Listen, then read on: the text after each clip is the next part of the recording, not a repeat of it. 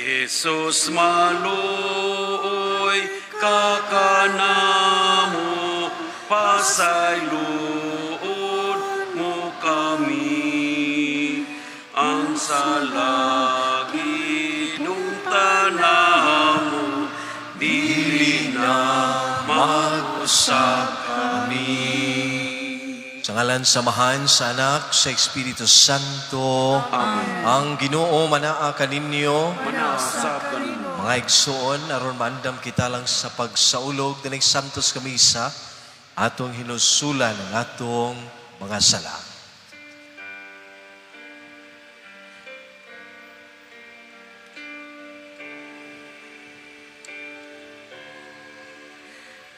Kaluy kami, Ginoo, kay nakasala kami, kanimo Ipakita ang imong kaluoy, ug luwasa kami, Ginoo. Kristo kaluoy kami. Kristo kaluoy kami. Ipakita ang imong kaluoy,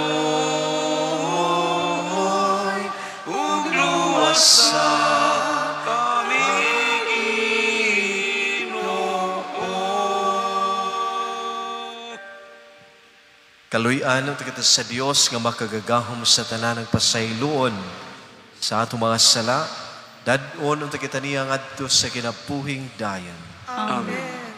Mag-ampo kita.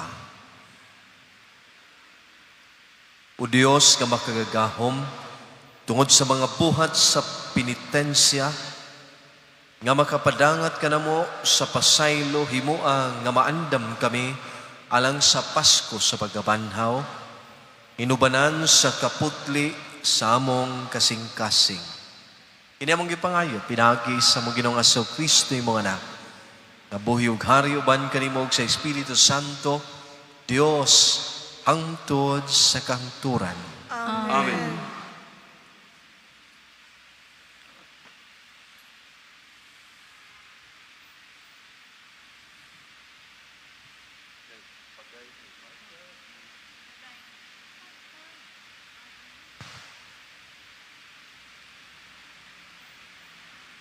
Kinutlo gikan sa basahon sa Henesis. Gipangga ni Jacob si Jose, labaw sa tanan niyang mga anak. Sanglit na tao man si Jose sa tigulang na si Jacob.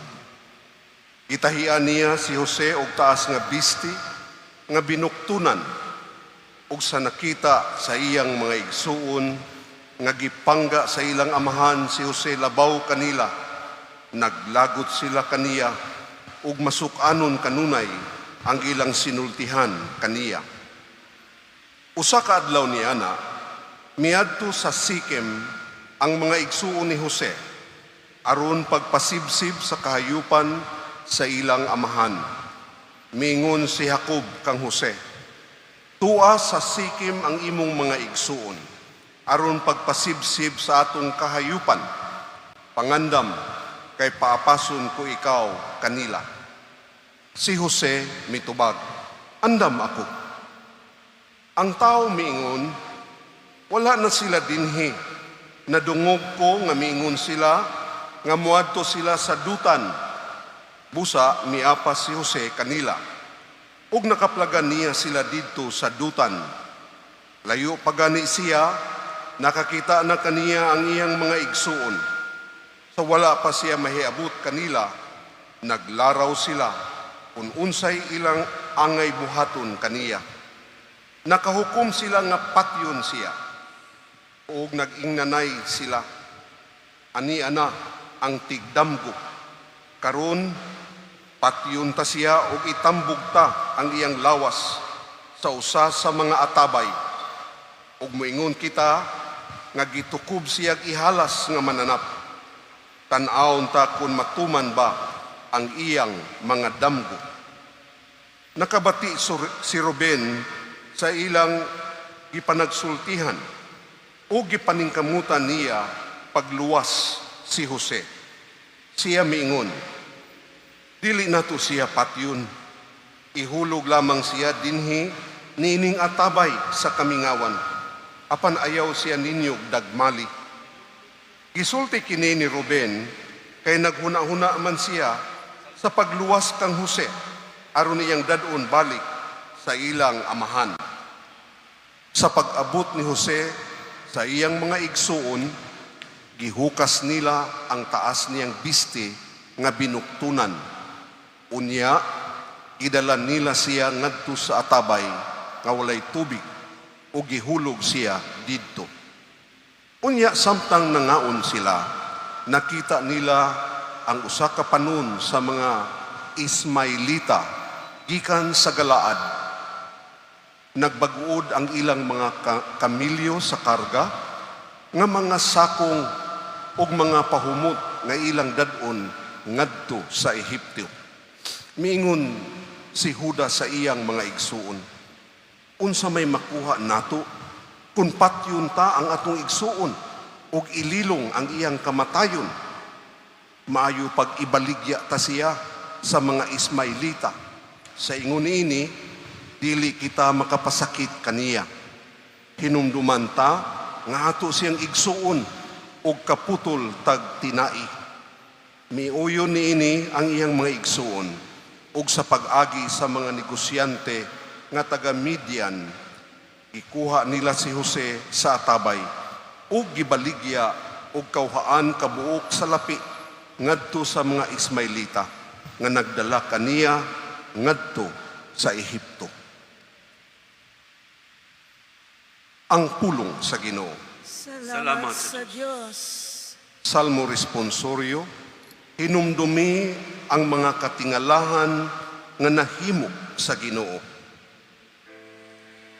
Hinumdumi ang mga katingalahan nga nahimo sa Ginoo. Sa pagkanaog sa Ginoo, sa usa ka gutom nganhi sa yuta, ug sa paglaglag sa mga tanom nga nagbuhi kanila, iyang gipadala ang usa ka tawo una kanila, si Jose, nga gibaligya ingong usa ka ulipon. Hinumdumi ang mga katingalahan nga nahimo sa Ginoo. Ila siyang gikargahan og mga gapus, ug gipusasan og mga kadina, hangtod nga ang iyang panag-an natuman, ug ang pulong sa Ginoo nagpakita sa iyang kamatinud-anon. Hinumdumi ang mga katingalahan nga nahimo sa Ginoo. Gipatawag siya sa hari ug gibuhian. Ang nagmando sa katawhan, mipalingkawas kaniya. Gihimo siya nga agalon sa iyang balay ug magmamando sa tanan niyang mga katigayunan. Hinumdumi ang mga katingalahan nga nahimo sa Ginoo.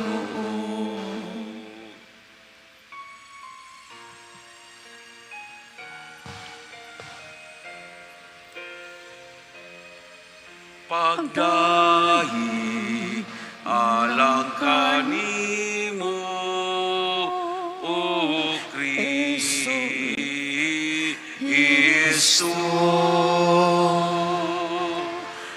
Hari sa walay kinutubang himaya.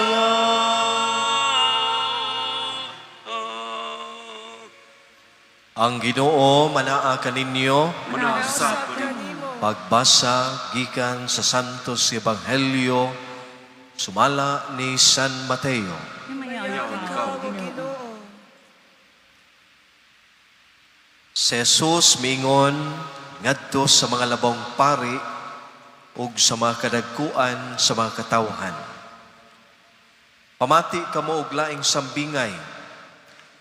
Mayo sa katawo nga yutaan nga nagtanom og mga paras, gikural niya kini o gikalutag lungag nga kasudlan sa giniok nga ubas. O nagtukod siya bantayan. Unya, gipasaupan niya ang iyang parasan o milangyaw siya. Sa ting pamupo na sa ubas, gipadala niya ang iyang mga ulipon ngadto sa mga saop aron pagkuha siyang bahin. Apan gidakop sa mga saop ang mga ulipon, gibunala nila ang usa, ug ang usa ilang gipatay ug ang lain pagayod ilang gibato.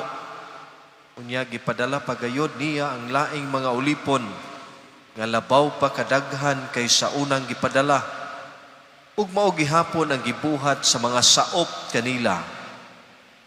Sa katapusan gipadala niya ang iyang anak, mingon siya, sa walay duha-duha tahuron gayud nila ang akong anak, apan sa dihang nakita sa mga saop ang anak, naginanay sila, ania ang anak sa tag-iya, tana patyon ta siya.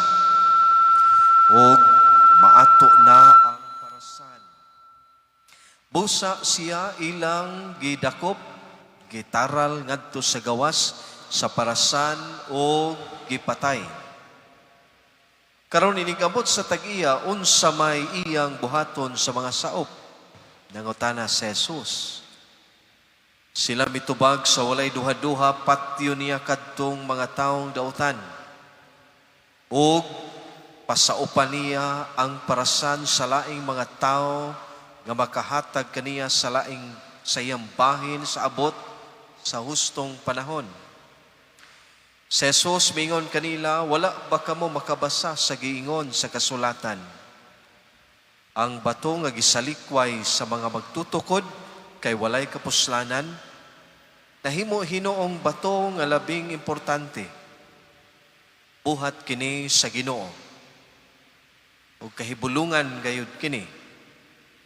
Midugang sa Jesus, busa, sultihan ko kamo, nga ang gingharian sa Dios kuhaon gikan kaninyo ug ihatag ngadto sa mga tao nga makahatag og mga mayong bunga. Nakabati ang kadagkuan sa mga pari ug ang mga Pariseo sa mga sambingay ni Jesus ug nakasabot sila nga nagsulti sa may tungod kanila. Busa naninguha sila pagdakop kaniya. Apan nahadlok sila sa mga tao nga mila kang Hesus nga usa ka propeta.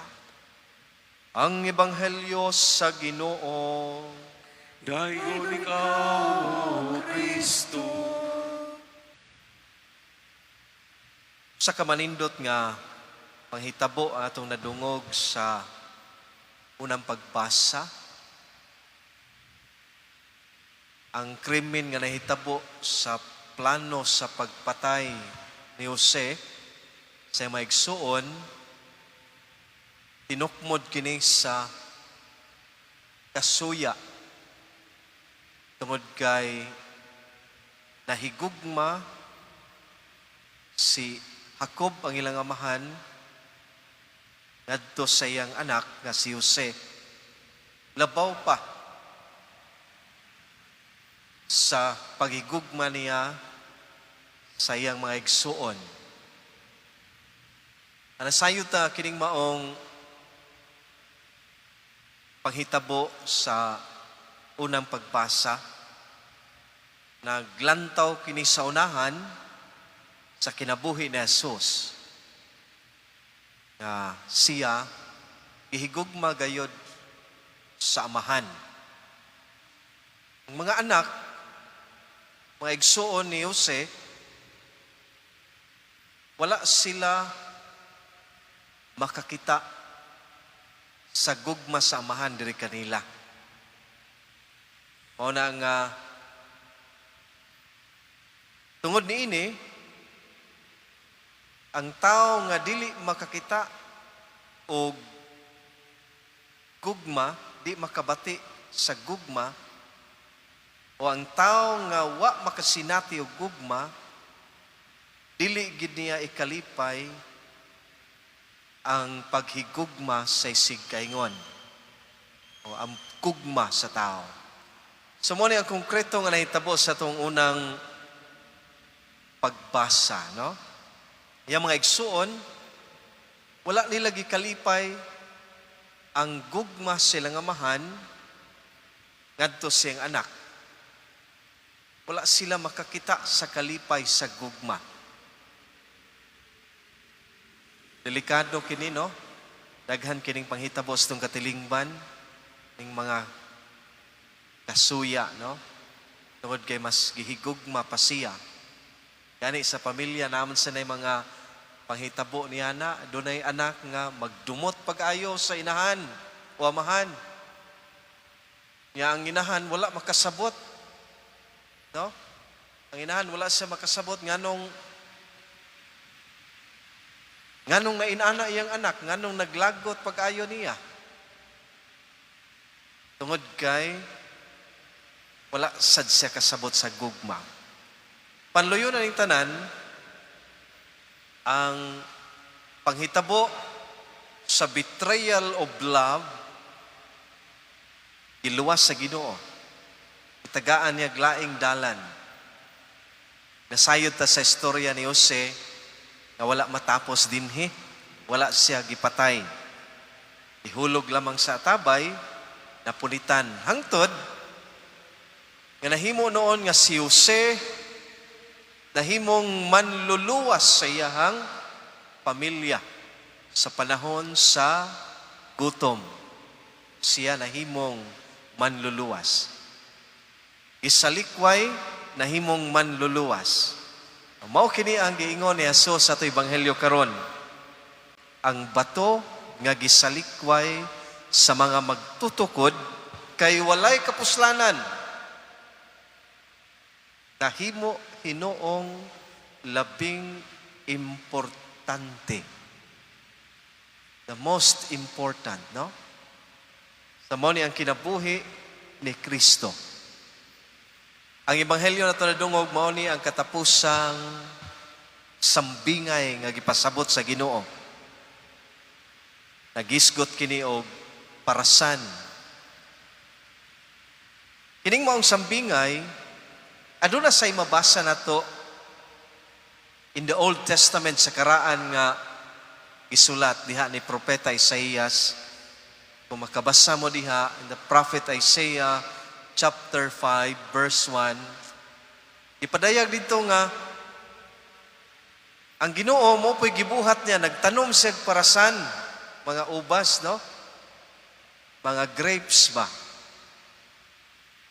Yan natinga siya, nga naman nga, ang iyang gitanom nga ubas, maayo man, nga naman nga namunga man og lata. Mo ni ang nasulat in the Prophet Isaiah chapter 5, no? Lata. Now, naglibog siya, ako, saan man ninako? Na-decide sa ngayahang pamutlon, no? Now, this is precisely the meaning of our gospel, no? Karon, nigamit og sambingay ang Ginoo. Siya mismo ang binhi nga gitanom. Apan wala kini ayuha og pagtagad sa mga kadagkuan sa mga Hudiyo. Muna siya nagkigsulti sa mga kadagkuan sa mga Hudiyo, mga pari, no? That the kingdom of God will not be given unto you. Dili kini hatag kaninyo. Kay dili mo maayo nga mga piniyalan. Ihatag kini sa lain. Nga makapabunga og maayong ubas. Ug mao kini ang sambingay sa Ginoo, itagaan ta niya og panglantaw sa unahan. Asayod mo sa kasaysayan. Ipamatay ninyo inyong mga propeta na ipadala sa Ginoo. Sa atong sambingay, ipadala ang mga sulugoon, ipamatay ang sulugoon. Gipunan pagyugdaghang sulugoon, ipamatay bigyapon. Antod miingon ang amahan, ipadala na ko akong anak, kay basi na lang ilang respetuon. Apan, sila nagunahuna silang kaugalingon. Anak ni, sa tag-iya, patyon tani aron maako na. Ato na ang parasan. Mao ni ang usas sa manindot nga mensahe sad sa itong ebanghelyo karon, no? The moment ang mga tao giangko nila ang paras, they own it. Ilaha, way labot ang Ginoo. Usa ka realidad nga gitambag kanato sa Ginoo karon. Kita gitugyanan ta og sa kamanindot nga parasan. We have our different missions in life nga atong gipuy-an. Importante kaayo nga pangutan-on nato atong kaugalingon kung nakapabunga bata. Are we a good tenants, no? Maayo bata nga piniyalan? Or nakapabunga baka sa paras nga gitugyan, sa parasan nga gitugyan kanimo sa Ginoo. At the end of the day, nindot kaya ito ebanghelyo, ipahimangnuan kita, maningil ang Ginoo siyang bahin. Mabot ang panahon nga maningil ang Ginoo. Okay. Ari mo. Demands accountability. Tagaay kog bahin. Tagaig bahin. Na baka tay kahatag nga bahin sa Ginoo sa itong kaugalingon. Kung saan man nato paghatag og maayong bahin, kung kita mismo, we are not producing good fruits. Ay kung na mohalad kag lata nga ubas sa Ginoo. Ay kung na mohalad kag lata nga kinabuhi. Ay kung na mohalad kag way bili nga kinabuhi. It's very unacceptable. Ang Ginoo, or in the book of Prophet Isaiah chapter 5, ipamutol niya ang mga ubas nga lata. No? Dili ni magsilbi. So God is reminding us once again, just be a good tenant and produce more fruit. Aron ta, atabangan pod sa atong kaugalingan. Manindog ang tanan.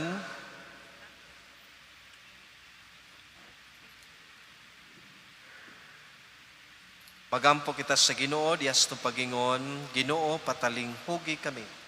Ginoo, pataling hugi kami.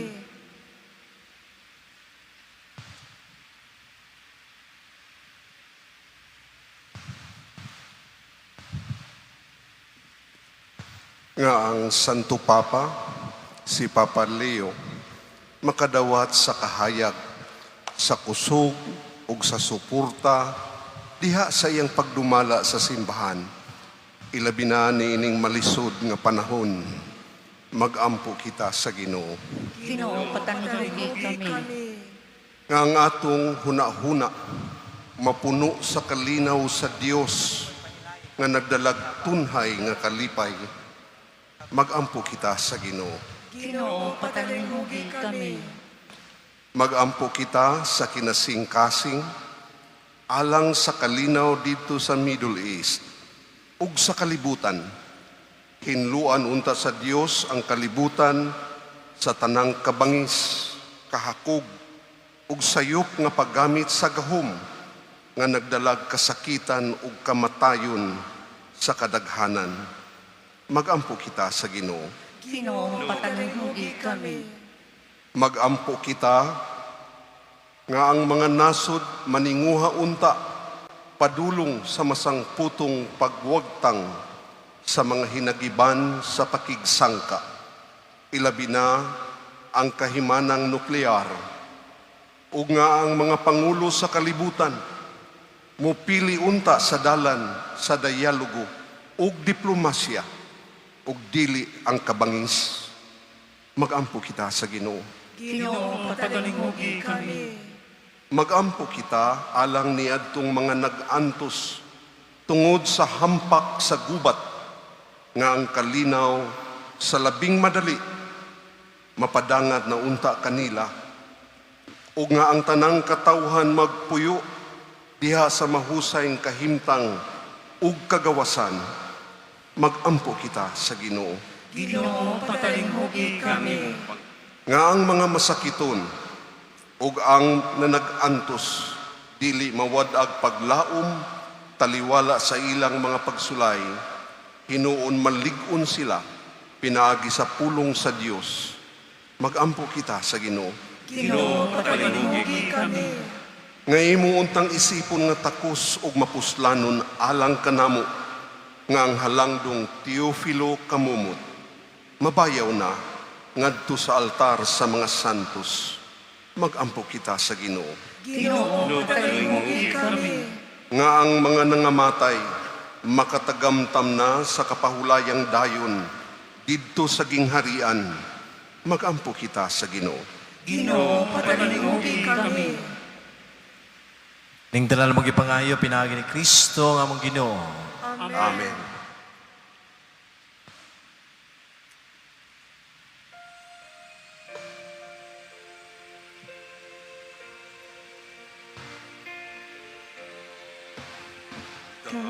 Dawata o Ginoo, kining amo mga kasa, di maasa mong uma sa gupausan tusa. Kining panog, kining bino, ginamasa kamo sa tao. Ang imo mga grasya, bunga sa mo pangaliya, ihatag na kanamo, ulang itong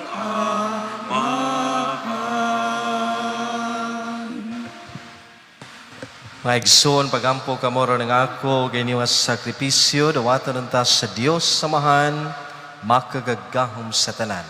Dawatan ka sa Ginoo sa posisyon ka sa makamo, alang sa pagkaya at pagmaya siya ngalan, alang sa kapustanan sa tibok niyang santos na simbahan. O Diyos, arong pagsaulog din mga misteryo himua, nga sa paaging angay, mag-una unta sa imong mga alagad ang imong kaluoy. O mag-aga ka na mo pinagi sa matarong nga kinabuhi, kinamong ipangayo pinagi ni Kristo, nga among Ginoo. Amen.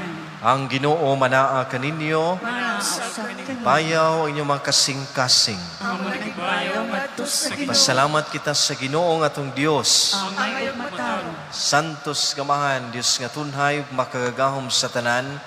Ang ayig matarong gayod nga magpasalamat kami kanimo kanunay ug sa tanang dapit kay pinaagi sa pagbansay sa mga buluhaton sa kwarisma nagabadlong ikaw sa mga bisyo nag-isa sa mga kasing-kasing nga nagkanimo naghatag kanamo sa kusog ug ganti pinaagi na sa Kristo mo Ginoo. Pinagi kaniya nagadayeg ang imong kahalangdon tanang mga anghel sa kalangitan ug nagasaulog sa iniusa nga kalipay uban kanila nagasangyaw kami sa imong himaya duyog silang walay hunong nga pag-aawit.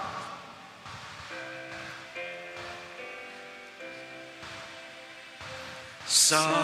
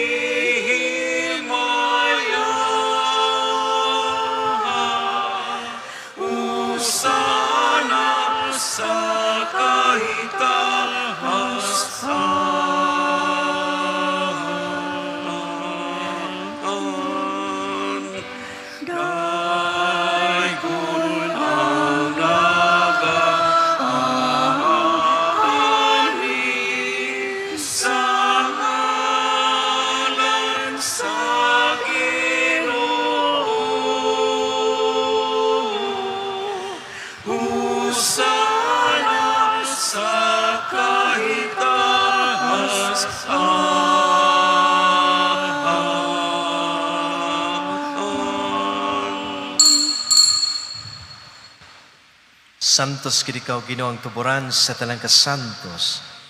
Padala mong Espiritu rong pagsantos sini magasa rong mahimo kinalang kanamo, lawas dugo na so Kristo among Ginoo. Sa pagpasakit siyang kaugalingan mi kuwasya ug pan. Salamat kanimo. Ipikas mihatag dining adto sa mga tinun-an ug mingon. Dawata kini ninyo nga tanan ug kana kay kini akong lawas nga itugyan alang kaninyo.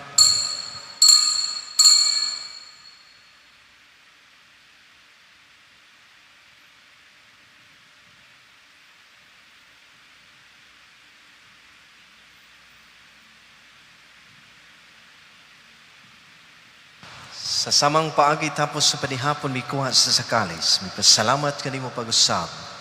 Mihatag dini ngadto sa mga tinun-an ug bingon. Dawata kini Panginom ka mga tanan gikan ini kay kini mong kalis sa akong dugo sa bag-ong tunhay nga kasabutan ng dugo nga iula lang kaninyo ugalang sa tanang mga tao aron ang mga sala mapasaylo buhata kini aron paghandom kanako.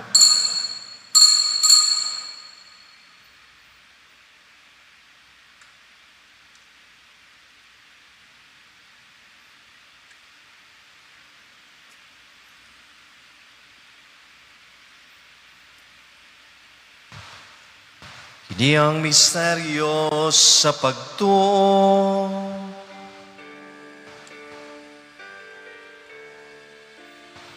Si Kristo namatay, si Kristo napanaw, si Kristo mubalikan. Pero paghandom sa kamatayon o pagabanhaw na so Kristo nagahalad kami kanimo amahan, nining pan sa kinabuhi ug kalis sa kaluwasan nagapasalamat kami kanimo. Tungod kay mo kaming giisip nga ngayan nga mga tubang walagad kanimo himoa kaming mga lawat sa lawas ug dugo ni Kristo magkahiusa diha sa Espiritu Santo. Hinumdumi Ginoo ang imong simbahan sa tibuok kalibutan, himoa nga mahingpit kami na sa gugma. Uban ni Leo among Papa, ni Alberto among Obispo sa tanang mga pari.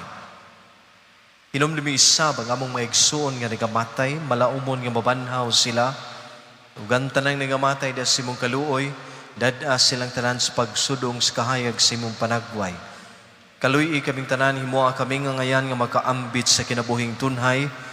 Uban ni Maria ang inahan nga ulay sa Dios, uban ni San Jose, uban sa mga apostoles, ug sa tanang mga santos nga nagatuman sa imong kabubuton latas katuigan. Uban kanila, amo ikaw nga daygon ug amo ikaw nga himayaon, inaagi na sa Kristo imong anak. Di na agi kaniya uban kaniya ug diha kaniya. Gihatag na kanimo makagahom nga mahan, diya sa kayusa sa Espiritu Santo ang tanadungog ug himaya hangtod sa kahangturan. Amen. Amen. Amen.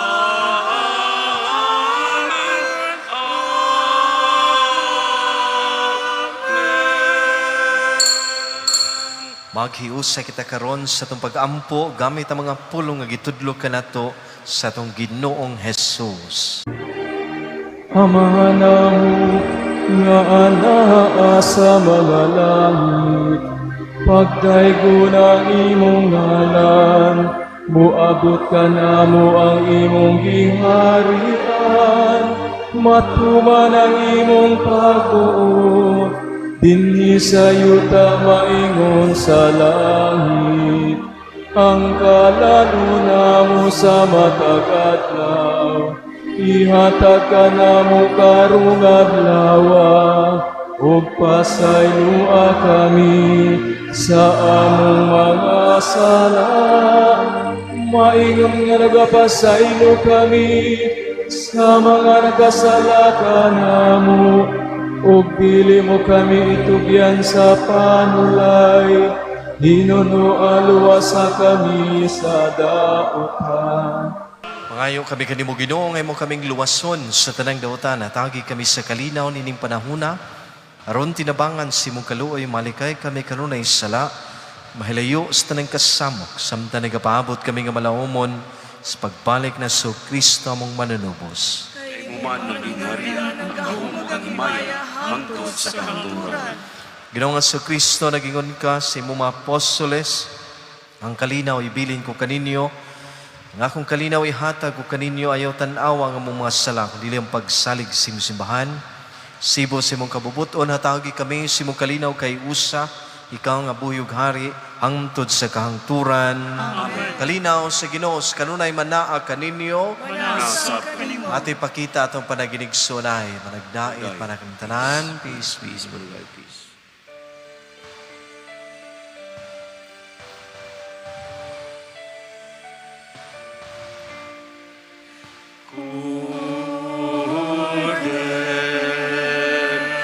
Cordero sa Diyos, nga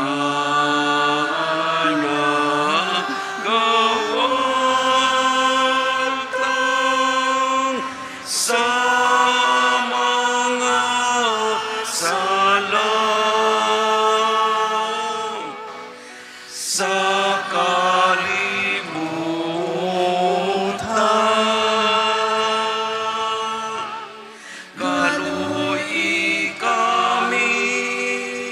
Kaluhi kami, hatagi kami sa kalihinaw.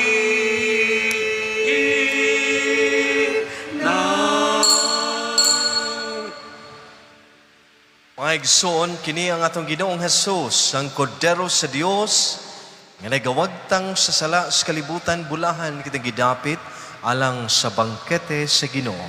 Ginoo, dili ako angay nga magkalawat kanimo. Apan ipamulong mo lamang ug mamaayo ako.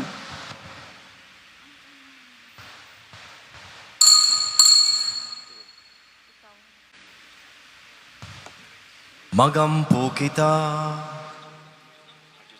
o Ginoo, humana mo madawat ang pasalig sa kaluwasan, himuang nga maglakat kami sumala sa angay, ug moabot gayud kami nga na sa katumanan nini, kini among gipangayo, pinagi ni Kristo among Ginoo.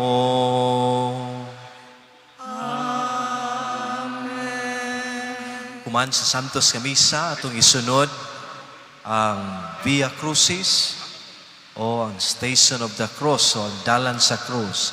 Si kinsa itong ganahang mo apil sa maong kalihukan, iauhag mo, no? Ato ta sa tuyok lang diri sa parking lot ang ato ang rota sa tuang Via Crucis. Ang Ginoo manaa kaninyo, Nasap kanimo. manalangin kaninyo ang Dios nga makagagahom sa tanan, ang Amahan ug ang Anak ug ang Espiritu Santo. Amen. Nahalad na ang Santos nga Misa, atong dadon ng kalinaw ug ang gugma ni Kristo. Salamat sa Diyos.